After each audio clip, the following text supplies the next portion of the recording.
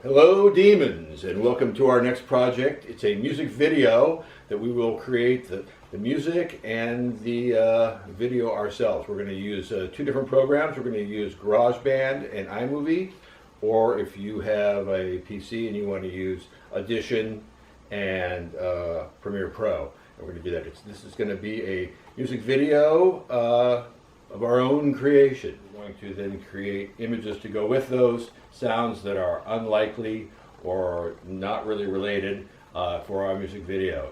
So let's get going. Okay, so this project we're going to use GarageBand, and we're going to open that up. We're going to open up a new project here in GarageBand, and I'm going to scroll over here and I'm going to do loops, because we're going to be using loops. So anyway, that's called I'm going to call this. So this is my GarageBand page. There's nothing here. There's a bunch of instruments over here. You want to go down to the lower right, and there's a loop. There's a little loop symbol there, and then most likely, since you're for opening it for the first time, you're going to have to download the loops from Apple. It's free, but you have to do that first. Okay, so I started looking for some loops. I was going to start my video out with some kind of an intro thing, so I went to textures. Here's some atmospheres with various atmosphere sounds. So you can sample them over here. Stop that. You can sample them over here before you drag them onto your timeline. And what you do, you drag them onto your timeline, and then. So I've gotten pretty far along with my GarageBand. I've been dragging loops over here in the different libraries and different instruments. Here's the evolving atmosphere that I talked about earlier, but it's down here because I had created this project earlier. But here's that, and I started this off over here. Let's go back over here, and so then I have something like this. Atmosphere. Now I have strings. And I'm going to start with some electronic drum beats up here.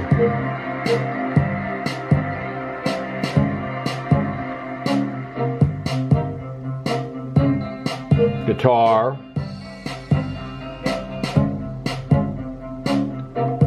Bongos.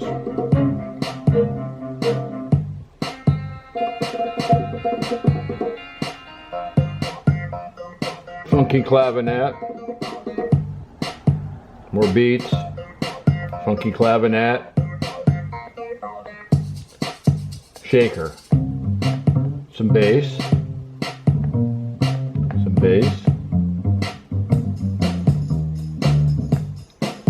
add a little drum kit there.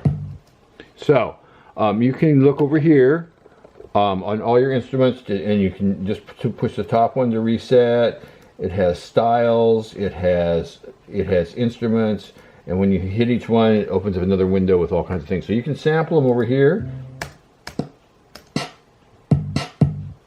Latin bass, you can find reset and grooving. So now for this exercise, I would keep it fairly simple. The sounds we're going to use are going to be sounds that we can recreate with our visual imagination. Now we're going to create images to go with our sounds that are not necessarily that sound. So even though I have a little atmosphere at the beginning, I'm just going to use this from my beginning. But then when my electronic drums come in, I'm thinking of those sounds. Boom, chick, boom, chick. What could I use? Sandpaper. I could use my hands rubbing together. I mean, I could create all kinds of things that would visually translate to making that sound. That's what this exercise is about. So you don't have to have any instruments at home to create your own. We're going to try to find relationships between images that we can create to go with our sound. So you want to build up your song using one. I would start with the beats and whatnot, and then the loops are only so long. So what I did is I just copied the link and I paste like that. And so I'm in about 7 measures here, I guess. And I'm gonna work on this and make it about 1.5 minutes long, but I'm gonna try a variety of stuff. So you don't have to use the typical song structure. The normal song structure would be verse, chorus, verse, that kind of thing. I don't think you need to do that, but you need to not get it so complex. What a lot of students do is they start to get way too complex with their thing. So you want to keep your sounds fairly simple.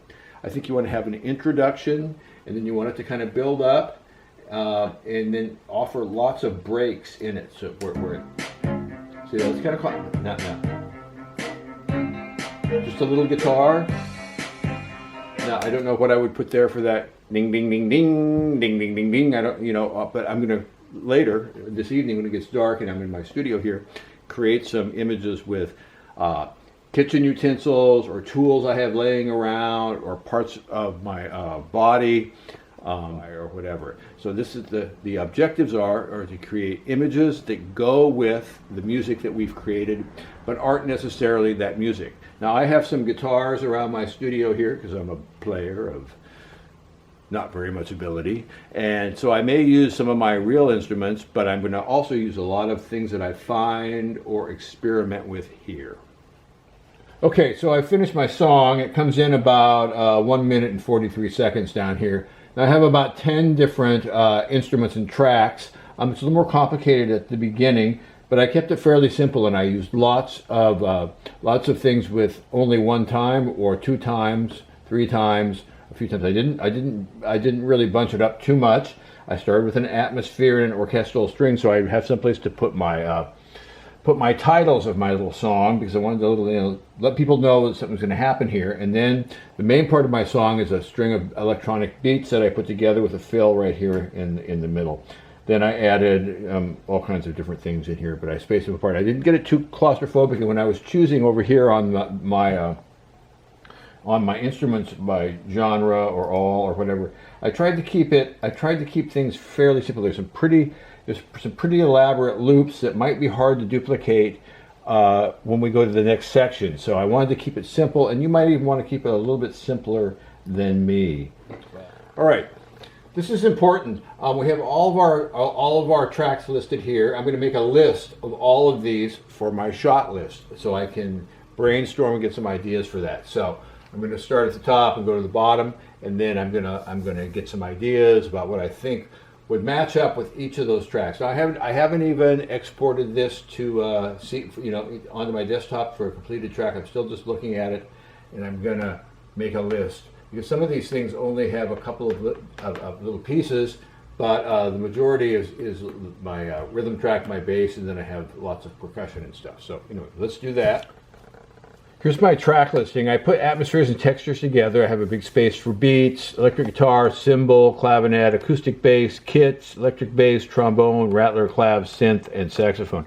So I have 14 different things, but some of them are very similar. And so I'm going to make some little notes to myself about how I'm going to do this. This is really important, because when you go to shoot all your stuff, you need to have a little checklist, and you can check those off as you go with your ideas. So when you go to edit, you're not going to be missing things that might work for it. So along the way, you may discover some stuff as you do it, but having a little checklist is really important. All right, so I took my list of all my instruments on my timeline thing, and I got some ideas here: pouring water from a watering can, raking leaves. I have a guitar, so maybe I'll use that. Pencils, beading. The things with the beach, you're going to need a lot of different things for the beach, so you can't have just one thing. So I have 4 or 5 ideas, and then I have a bass. I'm going to do some things I thought with my face and my hands and slapping and stuff, and then down here at the end of the synth, I want to return back to what I kind of started up here at the beginning there. So that's sort of my plan. But now let's go outside and have a look around. Okay, well, I'm outside. I got this rake. That rake's going to probably be good. A broom for that shaker sound, that kind of famous talking garbage can. Maybe the Cuisinart. I don't think the wife would dig that. I don't know if the wife would dig the Cuisinart picture. I could, this might be kind of a cool bump for my beats or something. Okay, so I'm gonna wait for it to get dark. I went outside and I got a bunch of ideas when I was out there looking around inside my house, because we want to create some really visually interesting things. Just like previous projects we've done with experimental lenses and gels, we don't want to just create stuff that we ordinarily say. We need to create our own unique images. And so I got my GarageBand project here. Eventually, I'm going to just export that. I'm going to go up to File or Or is it Greengrass Band? I'm gonna share. I'm gonna go to share or save as something. I'll tell you how to do that. I'll figure that out. You got to export it to your desk as a CD, actually, or something like that. Anyway, so until tonight. So using Adobe Audition is essentially the same. It's just more complicated, and you'll have a little more difficulty learning it and whatnot. There's lots of tutorials, but essentially you open it up. It's the same thing. You can have varying tracks, and you need to download the samples. They're for free with the Adobe package. But I have just 2 tracks going here. It's a little more complicated, but the tracks sound a little bit better in a way. So an ambient track now. And so there you have it. You're going to do a little legwork on this one to figure this out. And I don't know, I haven't looked through all the Adobe samples, but you're going to want to keep your samples simple, and so look for simple samples on that. And then I don't know where the library is stored here, but it's over here on the left, are the tracks, and it's in stereo. So so if you're going to be using Adobe Audition, get cracking, because it's a little bit of a different beast. It's not as user friendly, but it's very cool. So good luck.